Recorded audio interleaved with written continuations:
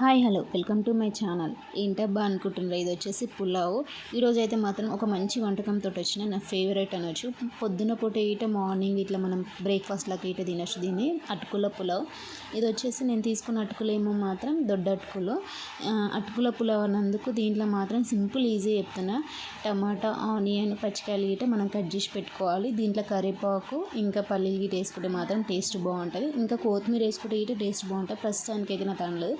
ఇక్కడ వచ్చేసి కడాయి పెట్టుకొని కొంచెం ఆయిల్ వేసుకొని కొన్ని ఆవాలు, జీలకర్ర వేసుకోవాలి. అవి కొంచెం వేగిన తర్వాత పల్లీలు గీట వేసుకోవాలి. అవి గీట కొంచెం వేగిన తర్వాత నేను డైరెక్ట్ ఆనియన్, పచ్చికాయలు గీట కొంచెం కరివేపాకు గీట వేసి డైరెక్ట్ కొంచెం సాల్ట్ వేసి ఒక 5-10 మినిట్స్ బాగా వేగనియాలి. కొంచెం సాల్ట్ వేసుకుంటే ఫాస్ట్గా మనం కొంచెం ఫాస్ట్ వేగుతుంది.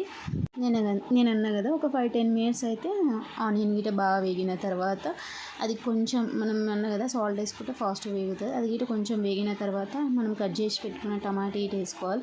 టమాటా ఇంకా క్యాప్సికమ్ ఇంటి ఇటు ఉంటే ఇటు వేసుకోవచ్చు. క్యాప్సికమ్ వేసి ఇటు టేస్ట్ బాగుంటుంది. టమాటా ఇట కొంచెం వేగిన తర్వాత దాంట్లో కొంచెం పసుపు, కొంచెం చిటికెడు కారం వేయాలి. ఎక్కువ వేయద్దు, మనం కారం వేస్తే టేస్ట్ అసలు బాగుండదు. కొంచెం మనకు పిల్లలు గిట తినాలనుకున్నాం అనుకో కారం అయితే అస్సలు వేయద్దు.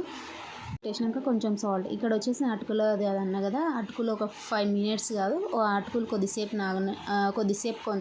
నాననిస్తే చాలు అటుకులు కొంచెం వాటర్లో.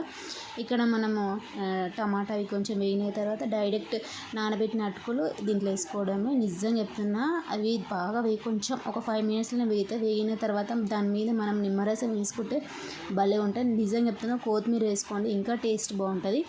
ఇప్పుడు ఒకటే విధంగా కాకుండా ఇట్లా అప్పుడప్పుడు ఒకరోజు ఉప్మా, ఒకరోజు అటుకుల పులావ్, ఒకరోజు దోశ, ఇడ్లీ మనం చేసుకున్నాం అనుకో టేస్ట్ బాగుంటుంది. ఇంకా రుచి గీట బాగానే ఉంటుంది. ఇది వచ్చేసి హెల్త్ గీట కొంచెం మంచిదే. వచ్చేసి మనం చిన్నపిల్లల గీట తినిపించచ్చు. అంత ఏమంటారు కారం ఉండదు కాబట్టి.